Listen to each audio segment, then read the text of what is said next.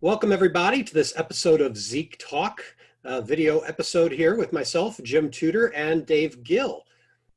We're here to speak about the Kino Lorber Studio Classics. Actually, this is not Kino Studio Classics. This is just Kino Classics, the Blu-ray release of The Golem from 1920. This is a fantastic German expressionist silent film that is commonly referenced in the pantheon of such things, these highly stylized visuals and whatnot. But for me, until I just recently got a chance to review this disc, which we're doing now. This is the review. This is my first time to see it. Dave, how about you? Oh, wonderful. This is a movie I've had in my collection for quite a while. This is my first upgrade of it. I got very close to ordering the one that Eureka Video released recently because I have a multi-region Blu-ray player, but I heard the Kino was going to release it, so I held off, and I am very happy that I did hold off. This is a really beautiful restoration. Yeah, I'm really happy with this. It is a 4K restoration done by the F.W. Murnau Foundation. I know there's more to that name, but this is an organization, named after the filmmaker F.W. Murnau, who made Nosferatu, Right. Another brilliant silent German expressionist film that actually, let's be honest, that one eclipses this one in terms of popularity. But I'm so glad this came along because it gives me and others, I presume, a chance to finally catch up on it.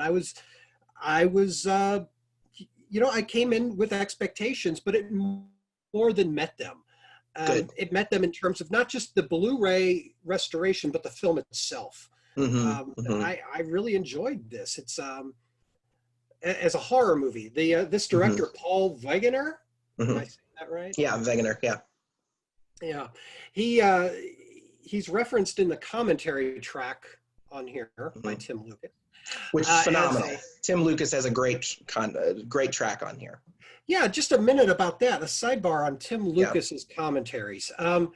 This guy has to be, I think, the hardest working audio commentarian in the Blu-ray realm currently. The art of the audio commentary is something that's kind of fallen out of favor since physical media has tapered off in the world. But of course, there's those of us who still love our Blu-rays. And Kino is great about getting as many audio commentaries onto these discs as possible. Yes. I said that wrong. I mean, having as many audio commentaries out there on as many of their releases as possible. Yes. Yep. Yeah. And he does such great research.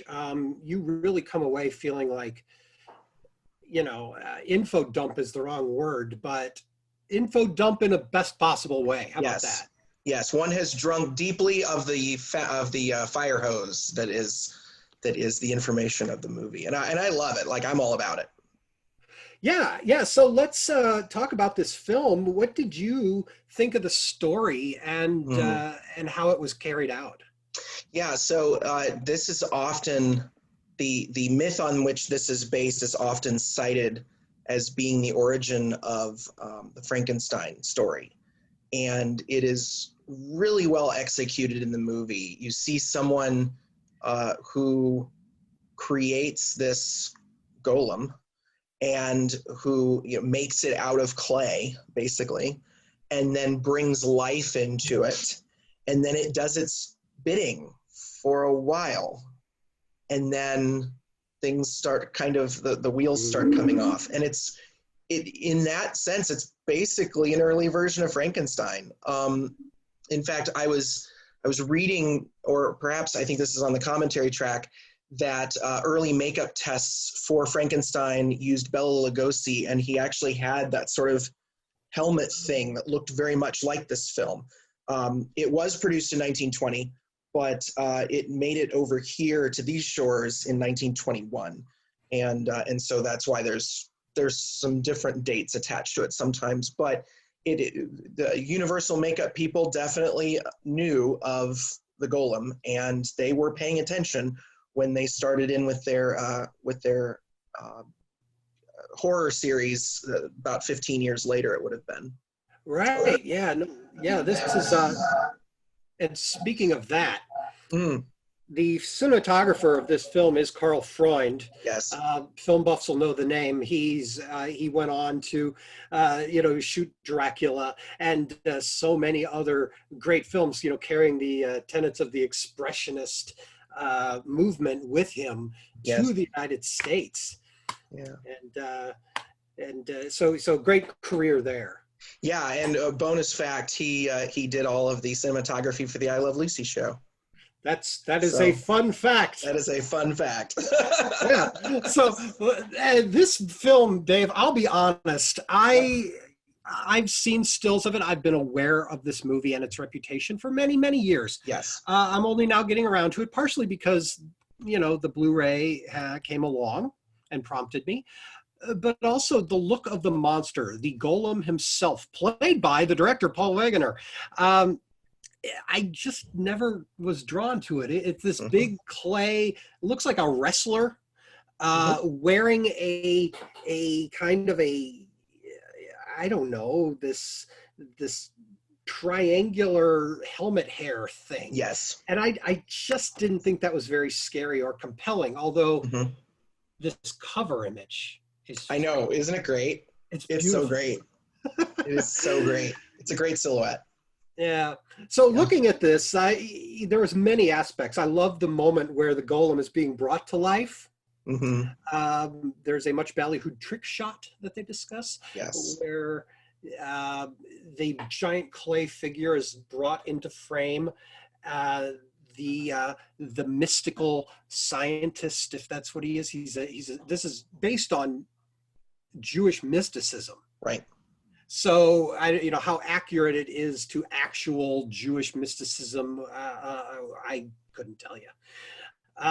But he steps forward. He steps in. He's obscuring the image of the Golem behind him, and he wads up the little mystical scroll, puts it into a little star icon, goes over, steps away, and while he was blocking the camera, the clay figure was replaced with the human Paul Wegener Golem.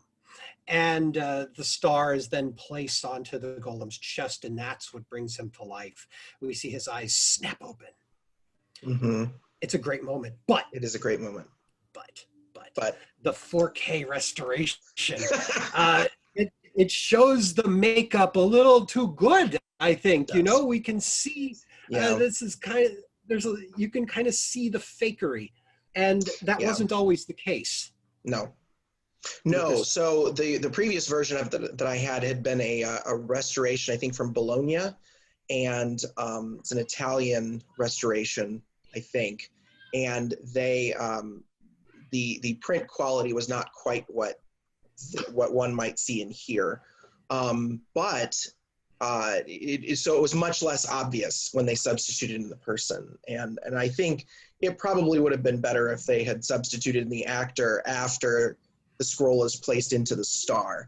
But hindsight of 100 years, whatever. But in 4K's defense, that's what original audiences in Germany would have seen, because 4K is basically what 35 millimeter looks like on a big screen for the most part. So they would have seen a difference, but they might not have. I don't know. But yeah, it does remove some of it shows a little bit more how the sausage is made, but it's not unpleasantly so. It's not like trying to do a 4K restoration of Metropolis where most of your material is a really beat up 16 millimeter print, right? Like it's actually really, it's getting at the fine tuned stuff that's actually there, not just exposing all of the dirt and debris on the film.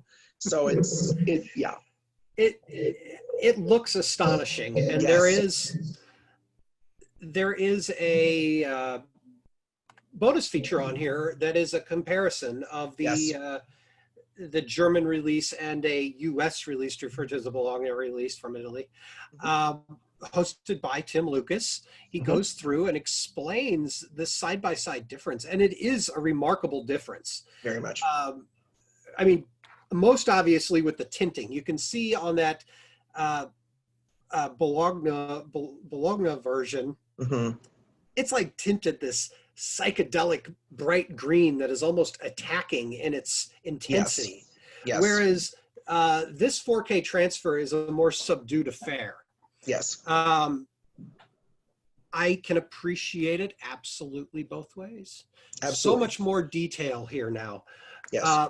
But there's something to be said about that wild color tinting and the Yes. blown out effects of it. It's psychedelic. It's something else.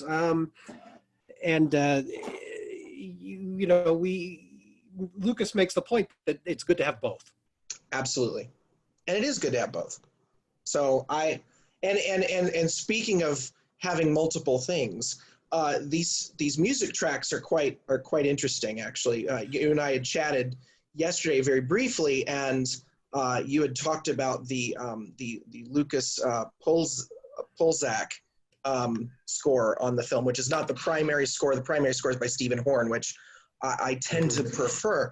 But I did watch the entire film today this morning with the Lucas Polzak score, and you were right. I was blown away. It was very anthem rock. It was good. It was really. It's very full. Yes, I didn't expect that, but it was, and it was really delightful. Yeah, so that's the third of the 3 score options on the 4K restoration. The first is Stephen Horn. I know that's a newer piano one. I don't know when these other 2 were recorded. I don't either. The middle one is by, again, I'm not sure how to pronounce this. Admir Shukchaj, maybe? Good call. With that.